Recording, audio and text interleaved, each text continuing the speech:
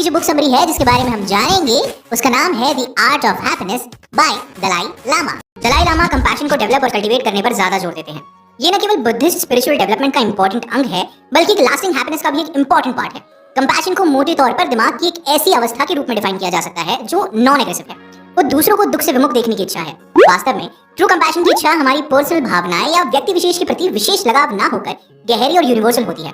ये सभी जीवित स्पीशीज पर लागू होती है जिसमें दोस्त, दुश्मन और यहाँ तक कि हुक में अटकी मछली भी शामिल है। कंपैशनेट एटीट्यूड के मेंटल और फिजिकल बेनिफिट्स रिसर्च द्वारा भली प्रकार डॉक्यूमेंटेड किए गए हैं। इन अनुभवों में जब हम दूसरों की मदद करके गहरी खुशी का अनुभव करते हैं और उन लोगों के द्वारा लास्टिंग एक्सपेक्टेंसी भी गेन करते हैं, लेकिन सबसे जरूरी चीज है कंपैशनेट लोग किस तरह अपनी वार्मथ दूसरों में दूर तक फैलाते हैं। वो सबसे गहरा लगाव महसूस करते हैं और उन्हें इससे कोई फर्क नहीं पड़ता कि वे अजनबी है, अमीर है, गरीब है या उनके दोस्त है। कंपैशन पैदा करने के लिए आपको दूसरों के प्रति एम्पैथेटिक होने की कोशिश करनी चाहिए और एक्टिवली तय करना चाहिए कि आप चीजें उनके नजरिए से समझें।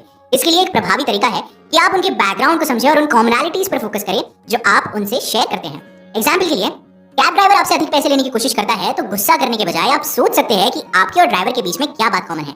जैसे कि आप थके हुए हैं, भूख और अपने परिवार के पास वापस आना चाहते हैं और फिर एक बार अपने आप को उस ड्राइवर की जगह रख कर सोचिए कि आप क्या महसूस करेंगे। यह आमतौर पर आपको एम्पैथी विकसित करने में और आपको गुस्सा कम करने में मदद करता है जो आपको अधिक कंपैशनेट और खुशनुमा जीवन जीने की ओर ले जाए। लास्टिंग रिलेशनशिप को वेस्टर्न भावना का रोमांटिक लव सीमित कर रहा है और लास्टिंग रिलेशनशिप के लिए ये पर्याप्त भी नहीं है। दूसरे लोगों के साथ इंटीमेट रिलेशन होने से फिजिकल और मेंटल दोनों वेलबींग्स को बढ़ावा देता है, लेकिन वेस्टर्न व्यू पॉइंट के हिसाब से डीप इंटीमेसी सिर्फ रोमांटिक रिलेशनशिप से पाई जा सकती है जो प्रॉब्लमैटिक भी हो सकती है। ऐसे लोग जिन्हें ऐसे संबंधों का सुख नहीं मिलता वो अक्सर खुद को अकेला और दुखी महसूस करते हैं। लेकिन सच्चाई में इंटीमेसी का कॉन्सेप्ट और लिमिटेशंस अलग तरह के समय और कल्चर के अनुसार अलग अलग होता है और इंटीमेसी का खजाना हमें एक्सक्लूसिवली रोमांटिक वेस्टर्न डेफिनेशन में ही मिलता है। दलाई लामा ने खुद भी कहा था कि उन्होंने अपने चारों तरफ फैले हुए हजारों लोगों के साथ खुद का इंटीमेट कनेक्शन महसूस किया था। उदाहरण के लिए अपने आसपास के लोगों के साथ, जैसे उनके ट्यूटर और कुक के साथ, यहाँ तक कि वे इसके लिए काफी दूर तक गए और उन्होंने एक स्टेट अफेयर्स तक को एक क्लीनर के साथ भी डिस्कस किया। अक्सर हम लोगों के साथ अपने इन्वॉल्वमेंट के कारण काफी परेशानियों को निमंत्रण देते हैं। ऐसे केसेस में ये सबसे जरूरी है कि हम रिलेशनशिप का अंडरलाइन मतलब समझें। उदाहरण के लिए रोमांटिक रिलेशनशिप्स सेक्सुअल डिजायर्स पर या western ideal being swept of your feet by love पर बेस्ड होती है और उनके पास इसके अलावा रिलेशनशिप्स का कोई और बेस ना होने के कारण वे परमानेंट बेसिस पर नहीं होती है। दूसरी तरफ लास्टिंग रिलेशनशिप्स दूसरे व्यक्ति के सम्मान और सराहना पर आधारित होते हैं। इस प्रकार के रिश्तों में एक दूसरे के बारे में गहराई से जानने की जरूरत होती है जिसके लिए समय की आवश्यकता होती है। जैसे मार्क ट्वेन ने कहा, कोई भी पुरुष या महिला वास्तव में ये नहीं जानता कि परफेक्ट प्रेम क्या है जब तक कि वे क्वार्टर सेंचुरी से मैरिड नहीं हो। रिलीजियस बिलीफ्स खुशी के लिए बेनिफिशियल हो सकते हैं, हालांकि आप उनके बिना भी बेसिक स्पिरिचुअलिटी को कल्टीवेट कर सकते हैं। एक खुश जीवन जीने का एक इंपॉर्टेंट इंग्रेडिएंट स्पिरिचुअलिटी है। न्यूमरस स्टडीज के बाद पता चला है कि जो परिवार ज्यादा खुश रहते हैं उनका स्वास्थ्य भी उतना ही अच्छा रहता है। लेकिन ज्यादातर लोग क्या मानते हैं? स्पिरिचुअलिटी किसी भी धर्म के ऊपर डिपेंडेंट नहीं होती है।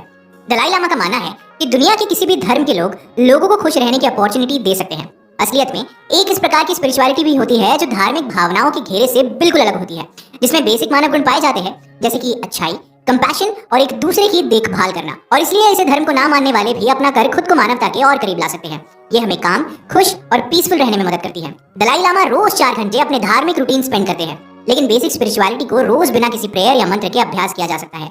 उदाहरण के लिए, अगर आप कभी ऐसी स्थिति का सामना करते हैं जिसमें आपको किसी की इंसल्ट करने के लिए बाध्य होना पड़े, आप अपनी इस इच्छा को बेसिक स्पिरिचुअलिटी से रोककर खुद को ऐसा करने से बचा सकते हैं और इस तरह से आप अपनी बेसिक स्पिरिचुअलिटी को बिना घंटों प्रार्थना किए भी रोज प्रैक्टिस कर सकते हैं। पीड़ा जीवन का एक नेचुरल हिस्सा है, लेकिन हम इसे अननेसेसरीली बढ़ावा देते हैं। सफरिंग एक यूनिवर्सल और बिल्कुल प्राकृतिक क्वालिटी है।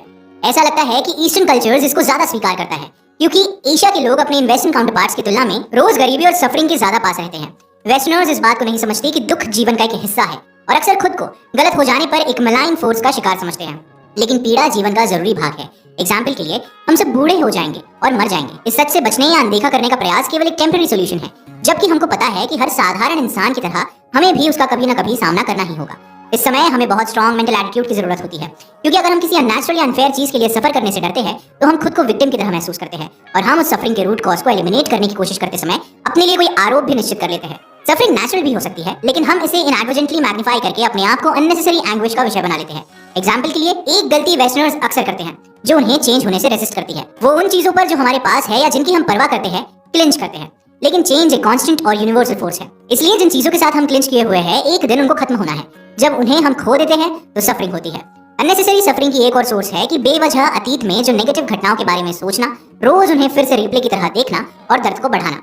एग्जाम्पल के लिए, जिन्होंने तलाक ले लिया या दे दिया वो कई डिकेड्स तक अपनी पति या पत्नी के प्रति गुस्से में घिरा रहता है। अगर आप इस सफरिंग को नेचुरल तरह से अपना ले तो आप ऐसा होने के कारण को एनालिसिस कर सकते हैं। चाहे कुछ आप खुद भी बना रहे हो, पर इससे आप फिर से एक खुशहाल जीवन जीना शुरू कर सकते हैं। दलाई लामा का मानना है कि नेगेटिव स्टेट ऑफ माइंड जैसे गुस्सा और डर वो अब्स्ट्रैक्शंस है जो हमें प्राकृतिक रूप से अपनी खुशी को अचीव करने से रोकते हैं। वो जहर की तरह होते हैं, लेकिन कुछ positive state of mind, Prem, compassion, patience, उदारता आदि जहर के लिए एंटीडोट्स जैसा काम करती है। इसलिए नेगेटिविटी को एलिमिनेट करके पॉजिटिव इमोशंस, एटीट्यूड्स और अच्छा व्यवहार खुद से पैदा हो जाते हैं। ये वेस्टर्न कॉग्निटिव थेरेपी के पीछे के विचारों को रिजेंबल करता है, जहां मालडैप्टिव बिहेवियर्स और सोच की पहचान कर इन्हें सुधारा गया।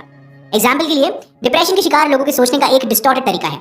वो अपने विचारों को पूरी तरह नेगेटिव चीजों में लगा सकते हैं, जैसे काम में कठिनाइयां आना या आर्थिक परेशानियां आदि। और वो लोग इस चीज को पूरी तरह से ओवरलुक कर सकते हैं कि उनके पास एक अच्छा स्वास्थ्य और चार्मिंग परिवार है जो कि खुश रहने के लिए काफी है। स्टडीज ने यह साबित किया है कि सोच के इस डिस्टॉर्टेड तरीके को ठीक करके लोगों को खुश बनाया जा सकता है।